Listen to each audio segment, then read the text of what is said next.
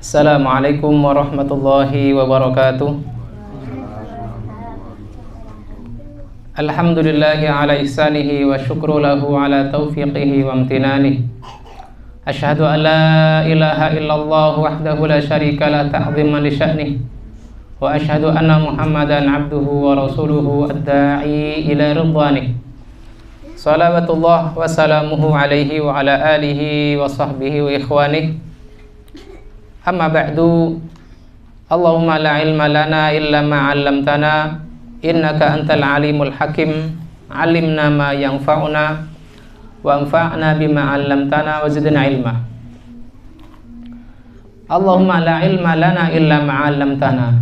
Ya Allah, tidaklah kami memiliki ilmu melainkan apa yang Engkau berikan kepada kami ilmunya. Innaka antal alimul hakim. Sesungguhnya Engkau adalah maha mengetahui lagi maha bijaksana. Alimna ma yanfa'una wa anfa'na bima 'allamtana. Ajarilah kami ilmu yang bermanfaat bagi kami, wa anfa'na bima 'allamtana, dan jadikanlah apa yang Engkau ajarkan kepada kami bermanfaat, wa zidna ilma, dan tambahkanlah kami ilmu. Wa arinal haqqa haqqan warzuqna tiba'ah, dan perlihatkanlah kepada kami apa yang benar itu adalah benar menurut pandangan kami. Warzuqna tiba'ah, dan berilah kami rizki untuk bisa mengikutinya.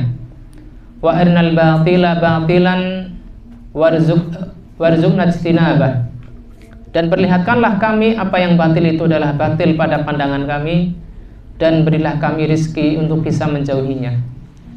Betapa banyak kaum muslimin memandang kebaikan, memandang kebenaran sebagai kebatilan. Begitu pula sebaliknya, memandang sebuah kebatilan dipandang sebagai sebuah kebaikan. Artinya dia tidak diberikan hidayah oleh Allah Subhanahu wa taala. Wa may yuridillahu ay yashrah sadrahu lil Islam, wa may yuridillahu ay yahdiyahu lil Islam yashrah sadrahu lil Islam.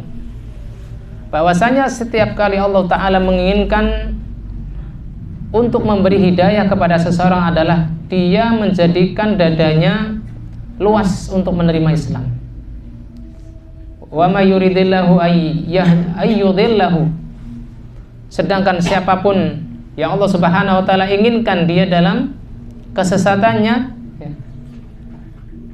dia seperti menaiki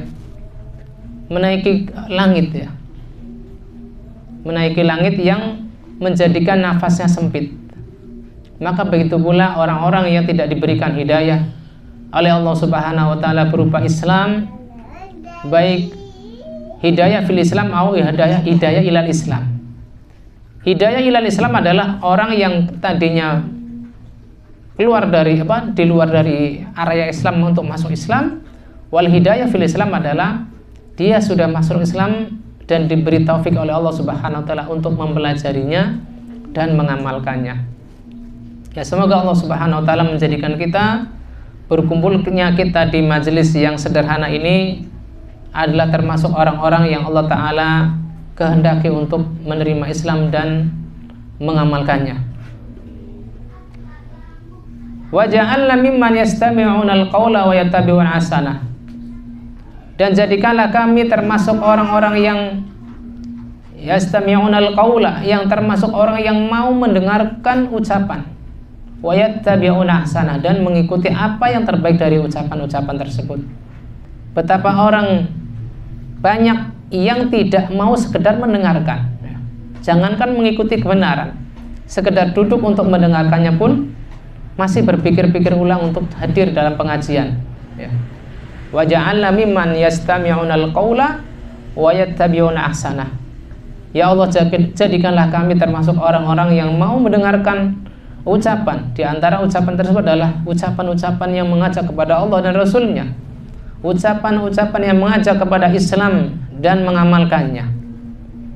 Sekali lagi, bahwasanya hadirnya kita di sini semoga termasuk bagian dari hidayah Allah Subhanahu wa taala kepada kita semua. Amin ya mujibas sailin. Setelah beberapa pekan kita mempelajari muqaddimah dari al-hidayah fil Aqidah karya Syekh Wahid Abdul Salam Bali hafizallahu taala, yang mana beliau mengawali bahwasanya akidah itu adalah rukun iman yang 6. Waalaikumsalam warahmatullah.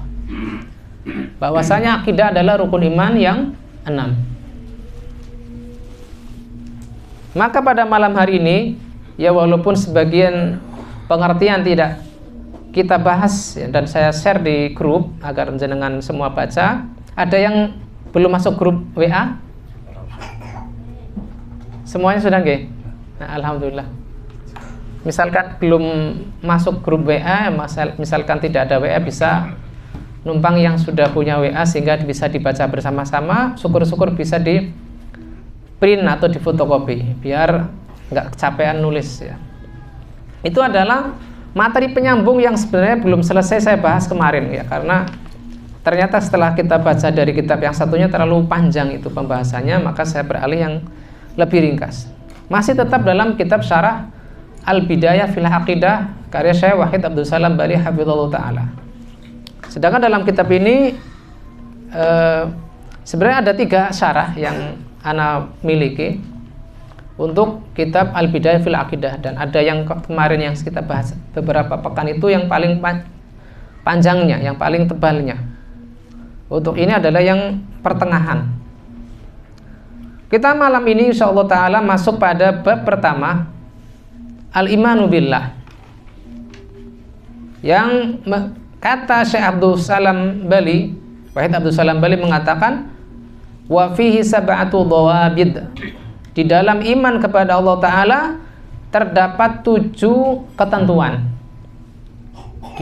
Di dalam iman kepada Allah terdapat 7 ketentuan. Ad-dhabitul awal, ketentuan pertama, tauhidur rububiyah. Ketentuan pertama adalah tauhid rububiyah. Lalu beliau memberikan definisi yang cukup singkat, huwa ifradullahi bil iba fil af'alil, huwa ifradullahi bi af'alihi, yaitu mengesahkan Allah, menunggalkan Allah, bi af'alihi, dengan perbuatan-perbuatannya. Artinya setiap kali Allah Subhanahu wa taala menceritakan, baik di dalam ayat Al-Qur'an maupun di dalam hadis-hadis Nabi yang itu menunjukkan perbuatan Allah, maka perbuatan tersebut tidak dibarengi dengan perbuatan hambanya yang sama. Artinya itu adalah khusus untuk Allah Ta'ala. Itu namanya pengesaan Allah dalam perbuatan-perbuatan Allah Ta'ala. Kita membahas apa yang dimaksud iman, kita sudah lewati. Namanya iman adalah at-tasdiq wal iqrar, pembenaran dan ikrar, pelafalan. Adapun iman bila disandarkan secara syariat adalah yutlaqu wa yuradu bihid dinu kullu, bahwasanya iman adalah disematkan kepada seluruh ajaran agama Islam, adalah seluruh disandarkan kepada ajaran agama Islam seluruhnya.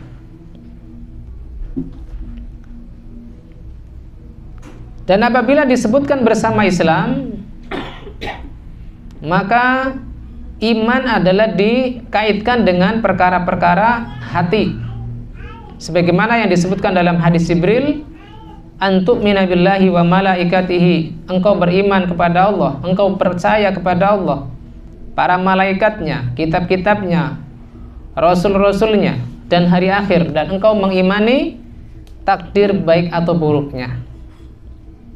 Sehingga di sini iman adalah pokok agama yang paling penting. Ya. Pokok agama yang paling penting, bahkan menjadi pondasi agama Islam. Adapun selainnya, adapun hal-hal lain di luar keimanan adalah itu adalah cabang dari pondasi tersebut. Ibarat pohon, iman itu adalah akar-akarnya. Karena semua cabang pohon, entah itu daunnya, rantingnya, maka akan kembali kepada pondasi ataukah akar dari sebuah pohon. Begitu pula ajaran Islam, maka keimanan ini adalah ibarat pondasinya.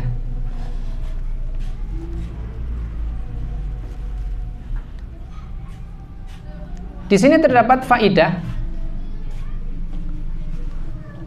bahwasanya iman kepada Allah Ta'ala mengandung 4 pokok. Iman kepada Allah Ta'ala mengandung 4 pokok, yang mana salah satu pokok tersebut kita bahas malam ini dengan keterbatasan waktu kita, ya. Tentunya kita tidak berharap bisa membahasnya secara lengkap atau paripurna, khawatir waktu tidak cukup. Pokok pertama adalah bahwasanya ketika kita mengimani Allah, kita mengimani wujud Allah, kita mengimani keberadaan Allah. Wujud itu artinya keberadaan. Artinya bagaimana kita mengimani kepada Allah tetapi kita tidak meyakini Allah itu ada. Tentu ini hal yang mustahil. Yang pertama apa? Mengimani keberadaan atau wujud Allah Ta'ala. Yang kedua, al-imanu bi tauhid rububiyah. Insya Allah kita akan bahas pengertiannya sebagaimana tadi sudah dinukil secara garis besar oleh Syekh Wahid. Iman kepada tauhid rububiyah adalah maksudnya mengimani atau mengesahkan Allah Ta'ala dalam perbuatan-perbuatan Allah. Ini yang kedua, al-imanu bi tauhid rububiyah, mengimani keesaan Allah dalam rububiyahnya, dalam perbuatannya. Kemudian yang ketiga, al-imanu bi tauhidul uluhiyah. Al-imanu bi tauhidil uluhiyah. Pokok ketiga dari mengimani Allah Ta'ala adalah mengimani keesaan Allah dalam peribadahan. Jadi segala jenis peribadahan, apakah yang lahir ataukah yang batin, apakah yang sifatnya badaniyah ataukah maliyah, sifatnya harta, maka semuanya harus ditujukan kepada Allah sebagai bentuk pengesaan Allah Subhanahu wa Ta'ala. Jangan sampai kita meyakini Allah Ta'ala sebagai pencipta langit dan bumi, tetapi ketika kita beribadah, kita mengibadahi hawa nafsu kita, kita mengibadahi pimpinan kita mengibadahi hal-hal yang kita kagumi dalam gambar-gambar. Yang pada zaman dahulu orang-orang mengibadahi patung-patung yang mereka buat sendiri. Ada yang terbuat dari roti, ada yang terbuat dari batu. Namun pada saat ini, nas'alullah salamata wal afiyah, gambar-gambar itu lebih menakjubkan orang-orang. Ada yang bentuknya idola, yang bisa joget-joget itu kan. Apabila seseorang sampai merela menggadaikan ajaran agamanya demi apa yang ia idolakan, maka itu sebagai patung, sebagai ilah selain Allah Ta'ala. Karena termasuk dari bagian dari ibadah adalah al-hub wal bughdhu, cinta dan benci. Nah, ketika seseorang cintanya ditujukan kepada Allah, ya, apa yang Allah Ta'ala benci dari berbagai pelanggaran, maka dia pada akhirnya bukan lagi mengesahkan Allah dalam peribadahan. Karena cinta dan benci adalah bagian dari ibadah. Sampun pinten pokok iman kepada Allah?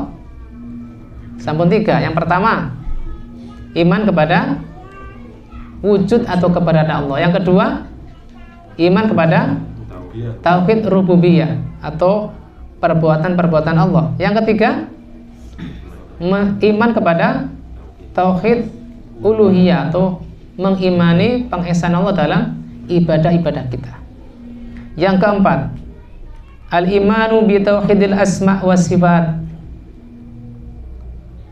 mengimani tauhid asma wa sifat.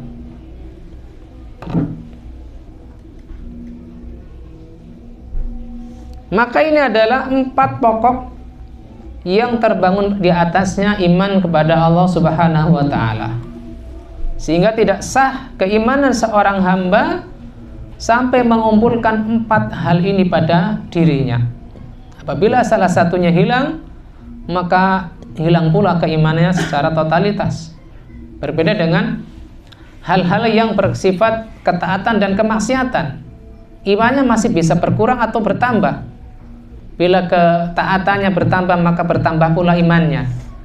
Bila dia melakukan sesekali maksiat, sesekali dia melanggar maksiat, maka berkuranglah keimanannya. Tapi di sini, apabila ada satu pokok di antara pokok-pokok keimanan yang 4 hilang pada hatinya, maka hilang pula seluruh keimanannya. Bukan lagi berkurang, tetapi hilang.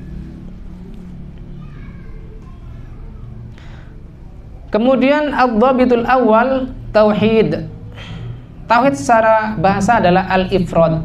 Tauhid, pengesaan atau penunggalan, artinya adalah menjadikan sesuatu menjadi satu. Semisal kita berbahasa Arab, wahadal bilada, misalkan wahadal amiru al bilada. Seorang pemimpin tersebut menjadikan wilayah-wilayah yang berpisah-pisah, misalkan dalam pecahan-pecahan kecamatan menjadi satu kabupaten, menjadikan satu kabupaten. Idza ja'ala baladan wahidan, bila dia menjadikan daerah-daerah yang terpisah tersebut, entah itu terpisah karena nama-nama desa yang berbeda ataukah kecamatan-kecamatan berbeda menjadi satu kabupaten, maka dia disebut wahadal bilad. Lalu bagaimana dengan wahadallah? Artinya adalah ifradullah ta'ala bil khalqi wa tadbiri was siyadati wal mulki.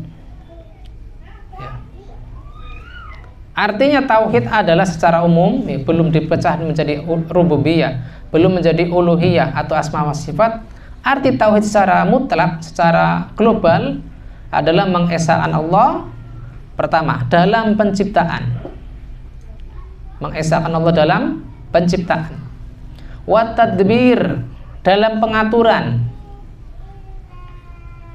Wa siyadah, dalam penguasaan atau kepemilikan.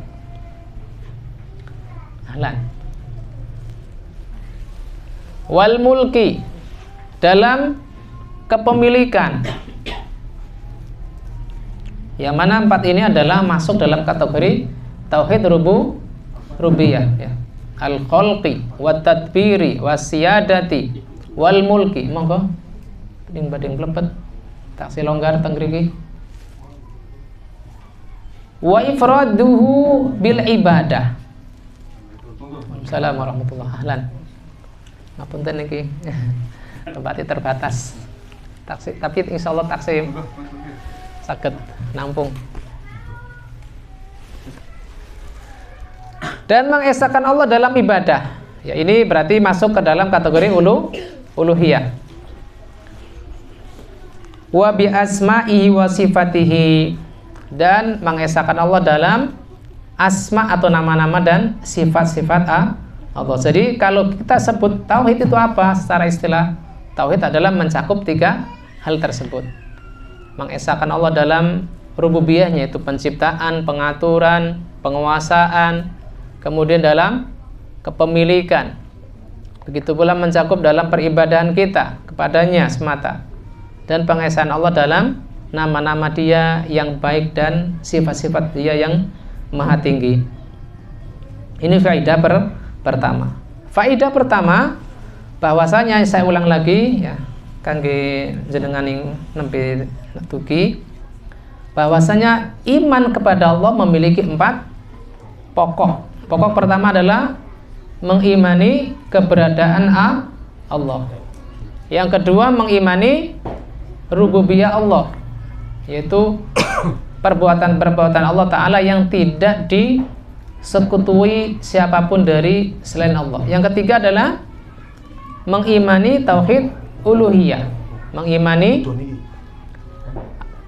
tauhid dalam peribadahan. Yang keempat adalah mengimani tauhid asma wa sifat. Ini baru kaidah pertama. Faedah kedua atau pelajaran kedua, bahwa tauhid itu memiliki 3 rukun. Tauhid ini memiliki 3 rukun. Dan ini hampir menjadi pengulangan ya. Pengulangan tadi yang tanpa wujudillah. Wujudillah itu dihapus, itu menjadi bagian dari pokok. Adapun rukun hanya rububiyah, uluhiyah dan asma wa sifat. Ini faidah kedua. Rukun tauhid pinten? 3. Yang pertama tauhid rububiyah. Yang kedua rukun tauhid uluhiyah. Yang ketiga tauhid asma wa sifat. Faidah ketiga. Sebagian ulama membagi tauhid ini menjadi 2. Dan ini ada apabila kita menelaah kitab-kitab para ulama, di antaranya Imam Abu Ja'far At-Tabari, kemudian Imam Ibnu Mandah atau Imam Ibnu Qayyim dan lain-lain.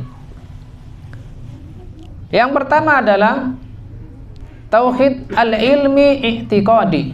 Tauhid ilmi i'tiqadi.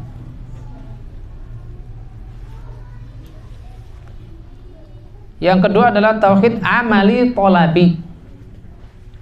Yang pertama adalah tauhid ilmi i'tiqadi, yaitu tauhid ilmu dan keyakinan. Adapun yang kedua adalah tauhid amal dan apa yang dituntut dari kita. Yang pertama adalah mencakup tauhid rububiyah dan asma wa sifat, dan yang kedua adalah tauhid uluhiyah. Jadi baik dibagi menjadi 3 ataukah 2 tidak masalah. Semua mencakup dari 3 permasalahan tadi yang menjadi rukun tauhid. Saya ulang lagi. Yang pertama apa? Tauhid yang menjadi pembagian yang menjadi 2 apa pertama? Tauhid ilmi i'tiqadi. Tauhid ilmu dan keyakinan, atau Imam Ibnu Qayyim menamakannya tauhid ilmi wal ma'rifah. Tauhid ilmu wal ma'rifah artinya keyakinan-keyakinan itu kita filter, kita saring mana yang benar, mana yang salah. Nah, ketika kita mengetahui yang benar, maka yang dituntut kedua adalah tauhid amal. Ketika kita sudah meyakini ilmu yang benar, maka yang dituntut dari kita adalah amal kita, bukan sekedar pengetahuan semata.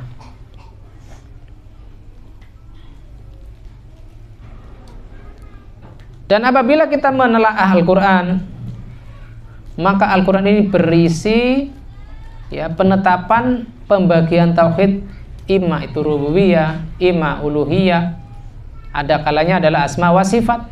Semisal di dalam surat Al-Fatihah, alhamdulillah, segala puji bagi Allah. Maka ini masuk ke dalam kandungan tauhid rububiyah. Tauhid rububiyahnya apa? Bahwasanya di sini segala puji bagi Allah Subhanahu wa taala. Kenapa Allah taala terpuji? Ya karena Allah taala memiliki kesempurnaan. Allah mencipta, Allah mengatur dan seterusnya. Maka ini ada kandungan tauhid rububiyah. Ketika kita mengakui Allah taala Maha terpuji, maka tidak selayaknya ketika Allah taala memerintahkan kita ibadah, kita melalaikannya. Maka ini masuk kandungan tauhid uluhiyah. Rabbil alamin, Tuhan semesta alam. Ini pun mengandung tauhid rububiyah. Tuhan semesta alam. Tuhan itu ya yang mentarbiyah, yang mengatur. Maka ini ada keyakinan Allah taala memiliki sifat, yaitu sifat Rabb, sifat yang mengatur alam semesta. Ar-Rahmanir Rahim, yang maha pengasih lagi maha penyayang. Maka ini ada kandungan tauhid asma wa sifat. Yang maha pengasih adalah salah satu dari nama Allah. Begitupun Ar-Rahim, ini juga satu di antara nama-nama Allah Ta'ala yang maha indah. Dan lain-lain banyak sekali. Hatta qul a'udzu birabbin nas itu juga kandungan tauhidnya banyak sekali. Bila kita mau menelaah satu persatu. Sehingga apabila ada orang yang mengatakan pembagian tauhid ini adalah pembagian yang bid'ah dari kalangan Wahabi, maka ini kurang tepat. Bahkan seluruh isi Al-Quran itu ada isinya rububiyah, uluhiyah, asma wa sifat, semuanya. Ini karena apabila kita menelaah yang apabila dalam bahasa para ulama disebut at-tatabbu wal istiqra. At-tatabbu wal istiqra itu dalam bahasa Indonesia adalah induksi secara menyeluruh, ya, disimpulkan secara menyeluruh. Ya, apabila kita bandingkan dengan pembahasan ilmu nahwu, kalangan ahli nahwu membagi ucapan itu menjadi 3. Ya. Yang pertama adalah kata benda, isim. Yang kedua kata kerja. Yang ketiga adalah huruf. Sedangkan orang-orang Arab klasik itu tidak membagi kalam menjadi 3, isim, fi'il, huruf, tidak ada. Sedangkan menurut ahli nahwu, ucapan-ucapan Arab ya baliknya ketiga hal ini. Baliknya kepada isim, fi'il, huruf. Dan orang-orang Arab modern pun tidak ada yang mengingkari hal ini. Tidak ada yang mengatakan enggak, bukan 3 tapi 4. Bukan, kalam itu bukan 3 tetapi 1. Enggak ada. Karena mereka sepakat secara de facto, ya, secara ijma' sukuti atau ijma' qauli. Kesepakatan secara lisan atau kesepakatan secara diamnya mereka, tidak ada pengingkaran. Artinya apa? Mereka sepakat kalau kalam atau ucapan orang Arab ya hanya isim, fi'il, huruf, isim, fi'il, huruf saja. Begitupun ayat-ayat Al-Qur'an. Bila di dalamnya tidak mengandung tauhid uluhiyah, maka masuk ke dalam rububiyah. Kalau tidak rububiyah, asma wa sifat, itu saja. Ya. Jamaah rahimahni wa rahimakumullah. Kita lanjut. Di antara ulama yang membagi tauhid menjadi 3 atau mungkin menjadi 2 ya, dalam pembagian tadi yang kita jelaskan pada faidah ketiga, bahwasanya ada ulama yang membagi tauhid menjadi 2. Yang pertama tauhid ilmu wal ma'rifah atau ilmu i'tiqadi, yang kedua amali thalabi. Di antara mereka adalah Abu Ja'far At-Tabari. Abu Ja'far At-Tabari dalam kitab beliau Jami'ul Bayan an ta'wili ayil Qur'an. An ta'wili ayil Qur'an. Kumpulan penjelasan terhadap tafsir ayat-ayat Al-Qur'an. Abu Ja'far At-Tabari lahir pada tahun 224 Hijriah. 224 Hijriah dan wafat tahun 310 Hijriah. Mengapa sih Ustaz kok dijelasin tahun lahir, tahun wafat? Ya, ini penting agar tuduhan mereka, orang-orang yang mengatakan ini adalah tauhid bikinannya Syekhul Islam Ibnu Taimiyah, adalah tidak tepat. Karena Syekhul Islam Ibnu Taimiyah lahir pada tahun 661 Hijriah dan wafat tahun 728 Hijriah. Sehingga apabila ini adalah bikinannya atau buatannya Syekhul Islam, apalagi dinisbatkan pada Syekh Muhammad bin Abdul Wahab, maka ini kedustaan, tidak tepat. Karena apa? Imam Abu Ja'far At-Tabari dalam kitab Jami'ul Bayan beliau, yang mana beliau adalah wafat 310 Hijriah, sudah ada pembagian ini. Begitupun Imam Ibnu Mandah. Imam Ibnu Mandah di dalam kitab beliau Al-Iman. Al-Imam Ibnu Mandah lahir pada tahun 310 ya, pas pada tahun wafatnya Abu Ja'far atau At-Tabari, dan wafat pada tahun 395 Hijriah. Lahir pada tahun 310 Hijriah, wafat pada tahun 395 Hijriah. Beliau pun memberikan pembagian bahwasanya tauhid itu tidak hanya satu kata, tetapi menjadi 3 pembagian. Hal ini perlu disebutkan sebagai tanggapan bagi orang yang menyangka kalau taqsimut tauhid, pembagian tauhid, adalah buatannya Syekhul Islam Ibnu Taimiyah. Baik, kita lanjut pada perkataan mu'allif yaitu Syekh Wahid, ar-rububiyah. Ya, tadi sekilas sudah kita jelaskan apa itu rububiyah. Rububiyah adalah diambil dari masdar robaba. Robaba yang masdarnya atau kata dasarnya adalah ar-rabbu, yang mana rububiyah ini adalah sifat di antara sifat-sifat Allah Ta'ala, yaitu sifat atau dari kata dari nama beliau, nama Allah Ta'ala Ar-Rabbu. Arti rububiyah, arti Rabbu adalah Al-Malik, pemilik. Kemudian As-Sayyidul Muta', yaitu kalau bahasa untuk selain Allah adalah Tuhan yang ditaati. Kalau disematkan kepada Allah, As-Sayyidul Muta' adalah Tuhan yang ditaati. Al-Muslih, yang memperbaiki dan membina. Ya, ini diantara makna Rabb. Artinya pertama apa? Al-Malik. Kemudian As-Sayyidul Muta', yang ditaati. Al-Muslih, yang memperbaiki. Sehingga apabila kita mengatakan tauhid rububiyah adalah seorang hamba meyakini bahwasanya Al-Khaliq, yang menciptakan, yang mengatur, yang ditaati adalah hak Allah Ta'ala. Itu semua adalah hak Allah Subhanahu wa Ta'ala.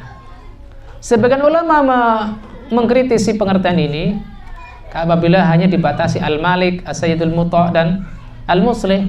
Mereka menambahkan Al-Mulk, yaitu kepemilikan. Karena kadang-kadang yang mencipta itu kalau manusia membuat kursi, membuat meja dijual ya bukan miliknya lagi. Adapun Allah Ta'ala setelah menciptakan ya tetap milik Allah Ta'ala. Sehingga kita disyariatkan apabila kita dapat musibah inna lillah, ya, kita mengatakan inna lillahi wa inna ilaihi raji'un. Sesungguhnya kita adalah milik Allah, wa inna ilaihi raji'un, dan kita akan kembali kepada Allah Ta'ala. Artinya apa? Kita semua milik Allah, agar jangan sampai ada rasa memiliki pada diri kita, baik pada jasad kita sendiri ataukah pada anggota keluarga kita semua. Sehingga pengertian apabila setelah tadi istidrak atau dikritisi, diperbaiki adalah keyakinan seorang hamba bahwasanya penciptaan, kemudian lagi apa? Yang ditaati, yang mengatur, kemudian yang memiliki, dan kepemilikan adalah semua milik Allah Subhanahu wa Ta'ala. Sedangkan apabila kita merujuk kepada pengertian yang diberikan oleh Syekh Wahid Abdul Salam Bali bahwasanya tauhid rububiyah adalah ifradullahi bi af'alihi, ini cukup. Karena af'alihi itu tidak terbatas pada 3 saja. Al-khalqu wa tadabbur dan wa tadbir dan sayyidul muta' saja. Tetapi semua amalan-amalan Allah Ta'ala, semua perbuatan-perbuatan Allah Ta'ala, maka kita esakan pada Allah Subhanahu wa Ta'ala. Semisal memberi rizki, memberi nikmat, at-taswir, membentuk rupa makhluk, al-ata' wal man'u, memberi dan menahan, an-naf' wad-dur, memberi manfaat dan mendatangkan bahaya, al-ihya wal imatah, menghidupkan dan mematikan. Ini semua adalah perbuatan-perbuatan Allah Ta'ala. Sehingga apabila kita hanya merujuk pada matan yang diberikan Syekh Wahid bin Abdul Salam Bali bahwasanya tauhid rububiyah adalah ifradullahi bi af'alihi, itu cukup ya. Apabila kita tidak merinci sebagaimana tadi disebutkan oleh Syekh Khalid Juhani hanya 3, yaitu al-khaliq, al-mudabbir, as-sayyidul muta'. Tetapi semua perbuatan-perbuatan Allah apabila kita telah satu persatu di dalam Al-Quran maupun hadis Nabi, maka itu adalah perbuatan-perbuatan Allah Ta'ala yang kita esakan untuk Allah Ta'ala, maka itu cukup ya. Adapun dalil-dalilnya tentu banyak sekali. Di antaranya Allah Ta'ala mempertanyakan kepada orang yang mengingkari keberadaan Allah, am khuliqu min ghairi syai'in am humul khaliqun, apakah mereka diciptakan tanpa sesuatu, tanpa ada yang menciptakan? Am humul khaliqun, apakah mereka menciptakan diri mereka sendiri? Maka kemungkinan pertama keliru, kemungkinan kedua pun keliru. Artinya mereka tercipta karena ada yang menciptakan, yaitu Allah Ta'ala. khalaqas samawati bighairi 'amadin tarawnaha. Allah Ta'ala menciptakan langit-langit tanpa tiang sebagaimana kalian lihat. Wa alqa fil ardi rawasiya an tamida bikum. Dan Allah Ta'ala meletakkan gunung-gunung di bumi agar bumi itu tidak menggoncang kalian. Wa batsa fiha min kulli dabbah. Dan Allah Ta'ala menyebarkan di permukaannya berbagai makhluk melata termasuk kita ya. Wa anzalna minas samaa'i ma'an fa'ambatna fiha min kulli zawjin karim. Allah Ta'ala menurunkan air dari langit lalu menumbuhkan dari air tersebut apa saja yang tumbuh di permukaan bumi. Ini banyak sekali. Mencipta, meletakkan gunung-gunung, kemudian menyebarkan hewan makhluk hidup di permukaan bumi, menurunkan air dari langit, menumbuhkan tumbuhan-tumbuhan di permukaan bumi adalah semua perbuatan-perbuatan Allah Subhanahu wa Ta'ala. Hadza khalqullahi fa'aruni madza khalaqal ladzina min dunih. Ini adalah penciptaan Allah, maka perlihatkanlah kepadaku apa yang diciptakan oleh Tuhan-Tuhan selain Allah. Apa yang disembah oleh selain Allah. Apakah berhala-berhala itu dapat menciptakan? Walaupun hanya mungkin satu ekor lalat. Tidak ada satupun berhala yang bisa menciptakan lalat. Balil zalimuna fi dhalalim mubin. Bahkan orang-orang yang zalim, yaitu orang-orang yang musyrik, berada dalam kesesatan yang nyata. Ya. Kemudian dalam surat Al-Imran ayat 26-27 Allah Ta'ala berfirman, Qulillahumma malikal mulki tu'til mulka man tasha. Katakanlah, ya Allah, pemilik kerajaan, Engkau berikan kekuasaan bagi yang Engkau kehendaki. Wa tanzi'ul mulka mimman tasha. Dan Engkau cabut kekuasaan bagi siapapun yang Engkau kehendaki. Wa tu'izzu man tasha wa tudhillu man tasha. Engkau muliakan dan Engkau hinakan siapapun yang Engkau kehendaki. Biyadikal khairu innaka ala kulli syai'in qadir. Di tanganmu lah segala kebaikan. Sesungguhnya Engkau maha kuasa atas segala sesuatu. Tulijul laila fin nahari wa tulijun nahara fil lail. Engkau masukkan malam kepada siang, begitupun pula siang kepada malam. Wa tukhrijul hayya minal mayyit wa tukhrijul mayyita minal hayy. Engkau masukkan yang hidup kepada yang mati, dan Engkau masukkan yang mati kepada yang hidup. Wa tarzuqu man tasha'u bighairi hisab. Dan Engkau berikan rezeki kepada siapapun yang Engkau kehendaki tanpa perhitungan. Ini semua adalah ditujukan kepada perbuatan-perbuatan Allah Subhanahu wa Ta'ala. Dalam hadis pun ada, yang mana Ibnu Abbas radhiyallahu ta'ala anhuma menceritakan, aku dahulu pernah membonceng di belakang kendaraan Nabi Shallallahu Alaihi Wasallam. Lalu beliau Shallallahu Alaihi Wasallam memberi nasihat kepada Ibnu Abbas, ya gulam, wahai anak kecil, inni wa'allimuka bi kalimat. Aku akan ajarkan kepadamu beberapa kalimat. Ihfazillah yahfazka. Jagalah Allah, niscaya Dia akan menjagamu. Apa sih makna ihfazillah, jagalah Allah? Bukankah Allah Ta'ala maha kuasa? Kenapa kita dikatakan jagalah Allah? Ini ada beberapa penjelasan.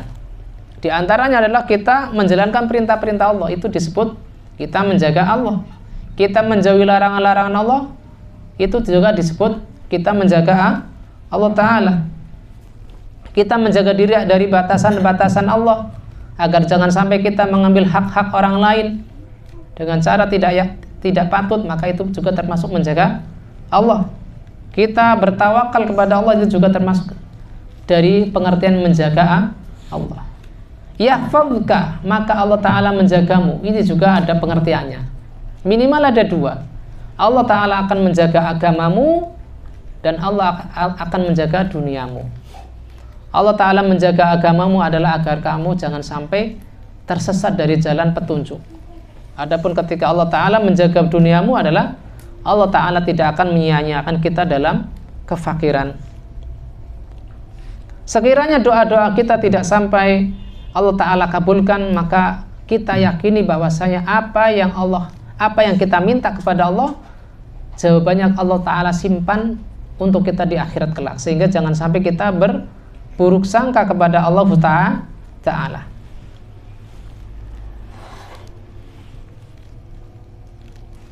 Kemudian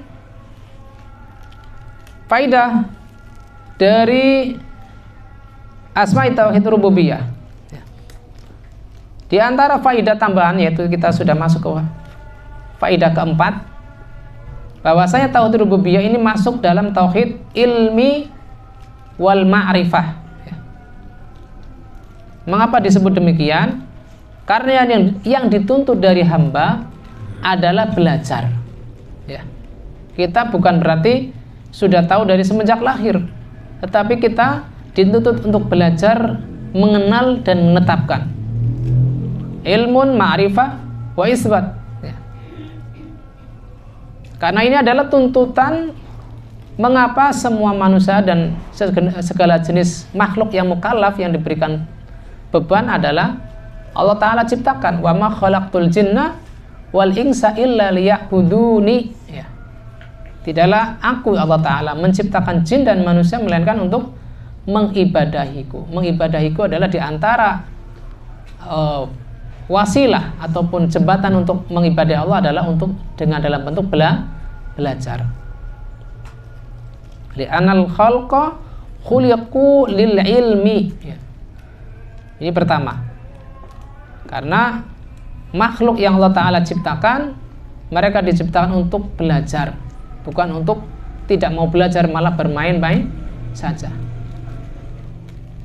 Kemudian setelah belajar maka masuk dalam jenis tauhid kedua, yaitu tauhid amal thalabi.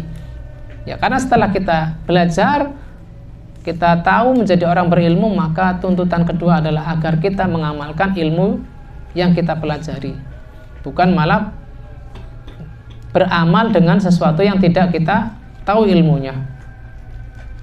Kemudian faidah kelima, yang mana ini pembahasan terakhir, yaitu pentingnya pembahasan tauhid rububiyah di dalam kehidupan seorang mukmin, baik secara personal atau pribadi maupun secara kemasyarakatan. Yaitu apabila kita merealisasikan tauhid rububiyah ini dalam kehidupan kita, kita akan meraih dua hal. Meraih ridha Allah Ta'ala pada rizki yang Allah Ta'ala kita terima. Karena ketika kita tahu bahwasanya yang membagikan rizki adalah Allah Ta'ala, Allah Subhanahu wa Ta'ala juga memberikan aturan-aturan agar kita tidak sembarangan memperoleh rizki tersebut dengan segala cara, apakah cara halal ataukah haram. Kita berusaha mencari memperoleh rizki itu dengan cara-cara yang Allah ridhoi, dengan cara-cara yang halal. Ini pertama. Yang kedua adalah sa'adah, adanya kebahagiaan, bima atahullahu fid dunya wa bima uddukhira lahu liyaumil qiyamah. Ini yang tadi saya sebutkan. Kebahagiaan apa yang Allah Ta'ala berikan langsung kita di dunia, atau apa yang Allah Ta'ala simpankan untuk kita di akhirat. Artinya apa? Tidak semua yang kita minta itu langsung dikasih cash kontan di dunia. Ada kalanya Allah Ta'ala simpankan untuk kita di akhirat. Kita sebenarnya orang-orang yang fakir, kita yang adalah termasuk hamba-hamba yang butuh kepada Allah, terutama di hari kiamat kelak. Seandainya apa yang kita minta semuanya di dunia kita peroleh, maka tentunya kita termasuk orang-orang yang bangkrut di akhirat. Kemudian yang kedua, pentingnya pembahasan tauhid rububiyah adalah iman kepada tauhid ini mengajarkan seorang muslim ketenangan hati. Ketenangan hati dan ketenteraman jiwa, keamanan di dunia dan di akhirat, dan mendapatkan petunjuk. Al-amnu wal ihtida. Alladzina amanu wa lam yalbisu imanahum bidzulmin ulaika lahumul amnu wa hum muhtadun. Orang-orang yang beriman dan tidak mencampur adukan keimanan dengan kesyirikan, maka mereka akan mendapatkan keamanan keamanan di dunia, maksudnya adalah keamanan agamanya. Walaupun kadang-kadang secara fisik kita adalah orang-orang yang terjajah, tetapi keimanan itu tidak lepas. Adapun keamanan di akhirat adalah kita terbebas dari azab Allah Subhanahu wa taala. Begitupun ihtidak, kita mendapatkan petunjuk, itu pun tidak lepas dari hal tersebut. Wallahu taala alam bisawab. Karena kita sudah mendengar beberapa masjid dan mushola sudah mengumandangkan adzan, maka kita cukupkan pembahasan kita sampai di sini. Wallahu taala alam bisawab. Wa sallallahu ala nabiyina Muhammadin wa ala alihi wa sahbihi wasallam.